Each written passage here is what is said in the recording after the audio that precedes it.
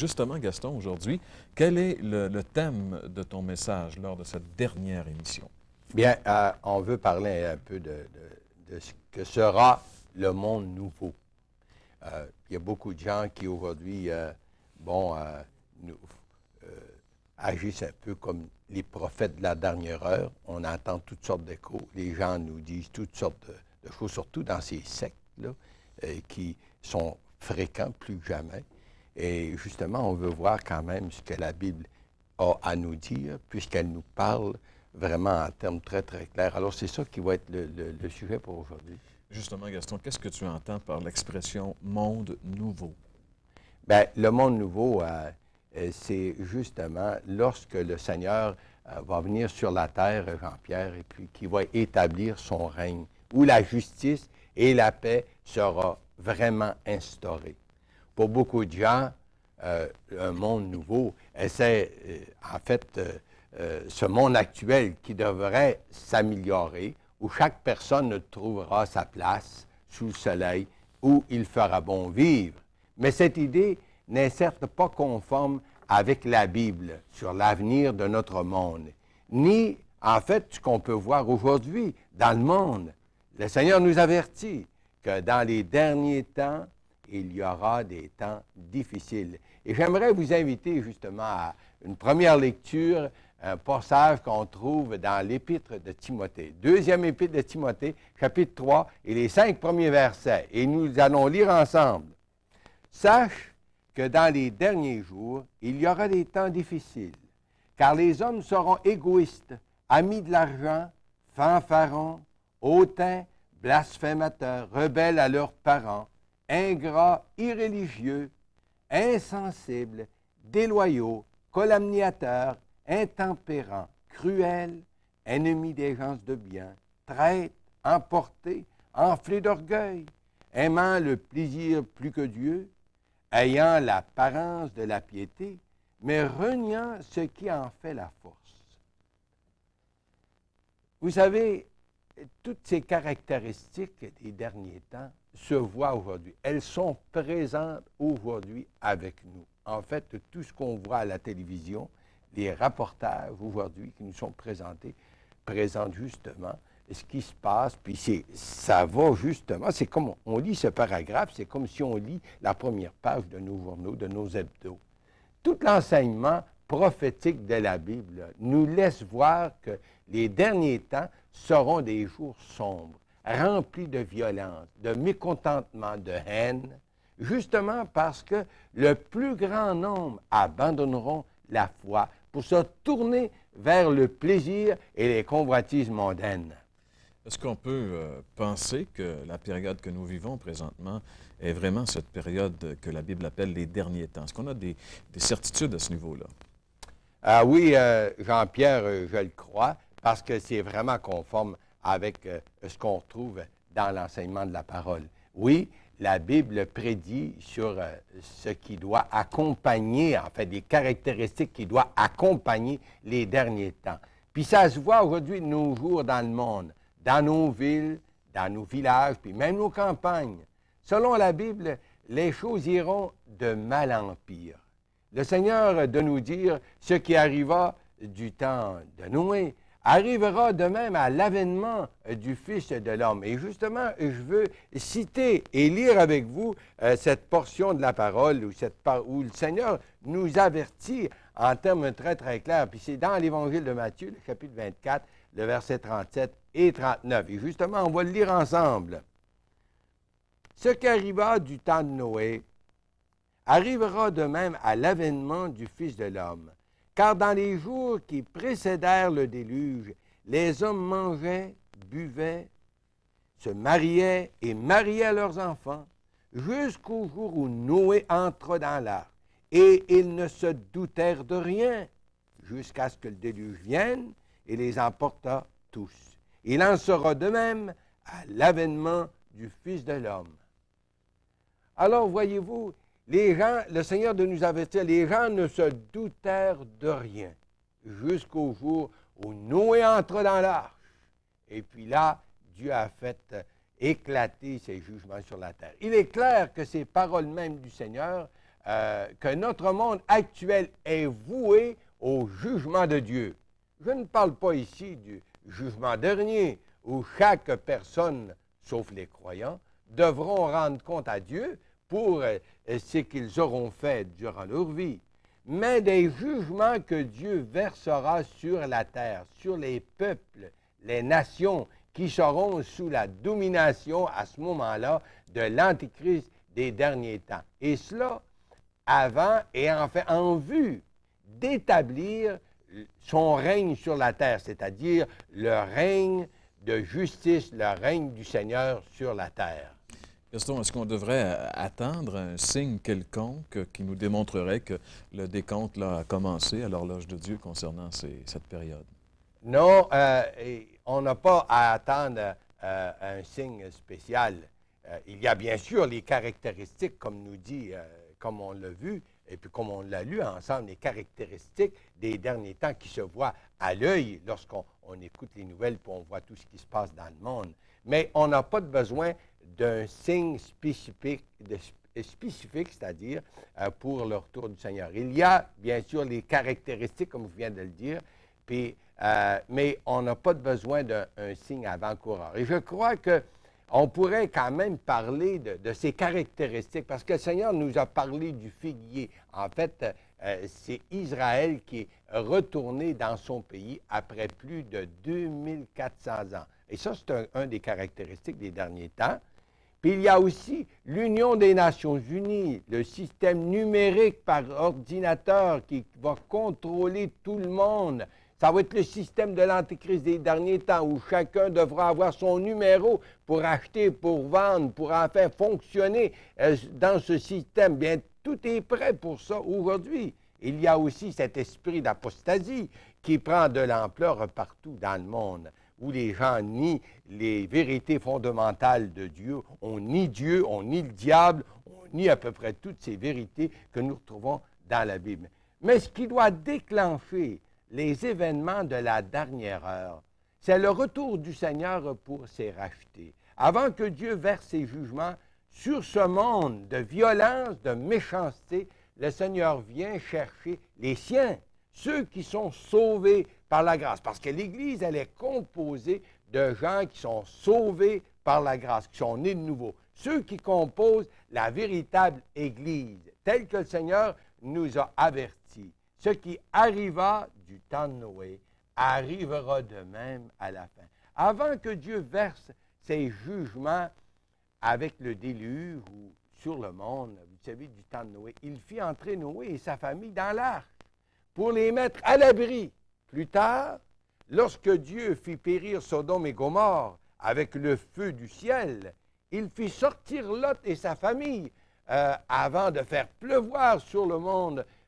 Vous savez, ces deux villes, le feu du ciel qui a consumé enfin ces villes et la plaine à cause de la méchanceté des hommes. Encore, lorsque Dieu versa ses jugements sur le pays d'Égypte, vous vous rappelez avec les 10 plaies d'Égypte, le peuple de Dieu a été épargné. De même, avant que Dieu déverse sa colère sur les habitants de la terre parce que le péché aura atteint un point culminant, le Seigneur revient pour les siens afin de nous épargner de ces jugements terribles qu'il versera sur la terre. Ce retour du Seigneur pour ceux qui sont sauvés, elle se présente en deux étapes.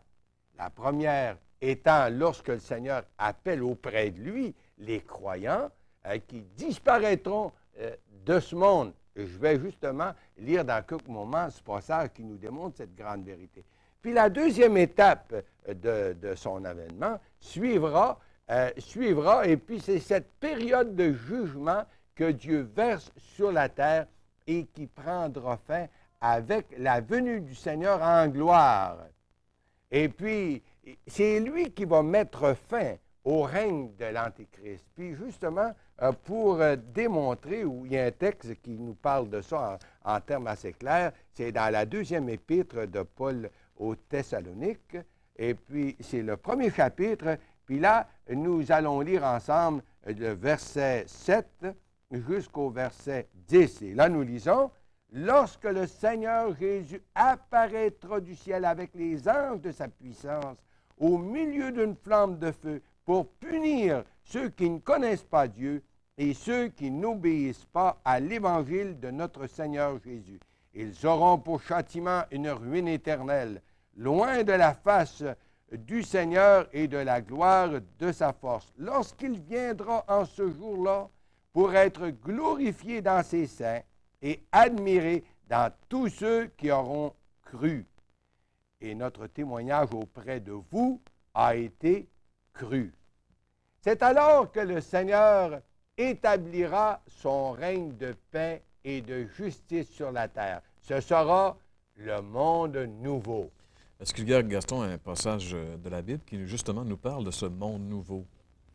Oui, justement, Jean-Pierre, puis on pourrait justement lire avec nos amis une portion d'Écriture qui nous montre que la création tout entière là, aspire présentement pour ce jour où le Seigneur va établir ce règne de justice. Puis c'est une portion qu'on trouve dans l'Épître aux Romains, chapitre 8, et nous allons lire ces versets justement ensemble. Chapitre 8 et le verset 19.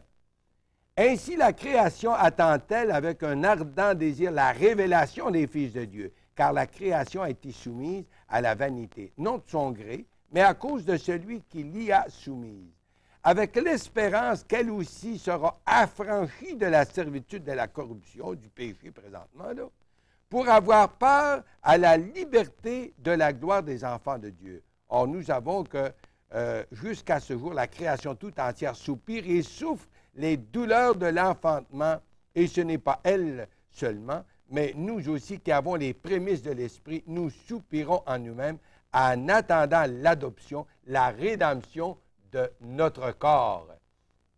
Comme on vient de le lire, la terre entière connaîtra la paix véritable et la justice lorsque le prince de paix l'imposera sur la terre. Gaston, dans cette prière que tout le monde connaît, qu'on appelle le Notre Père, il est question lorsqu'on dit que ton règne vienne. Est-ce que ça fait référence, cette expression que ton règne vienne, à cette période de ce monde nouveau?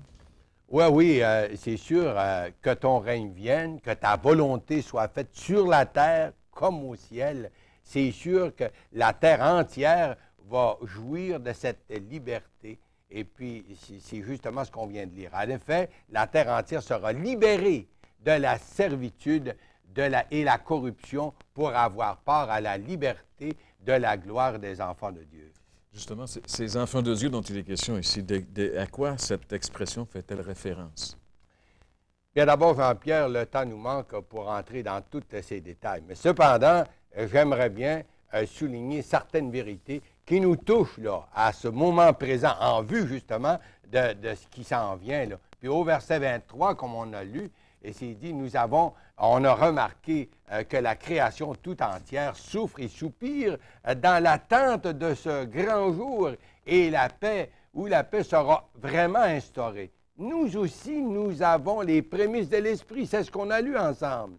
Nous soupirons en nous-mêmes en attendant l'adoption, la rédemption de notre corps, ça c'est la résurrection, car c'est en espérance que nous sommes sauvés, parce que le salut, ça touche aussi notre corps. Nous allons être transformés. Il n'y a que ceux qui ont les prémices de l'Esprit, c'est-à-dire ceux qui sont nés de nouveau en acceptant Jésus comme sauveur personnel. Ce sont ceux qui font partie de la famille de Dieu et qui sont sauvés par grâce, qui vont faire partie justement de ce nouveau monde, si vous le voulez bien. Et vous, cher ami, aujourd'hui, es-tu sauvé? As-tu les prémices de l'Esprit de Dieu, comme on l'a lu dans ce texte? Tous ceux qui sont sauvés attendent le retour prochain du Seigneur.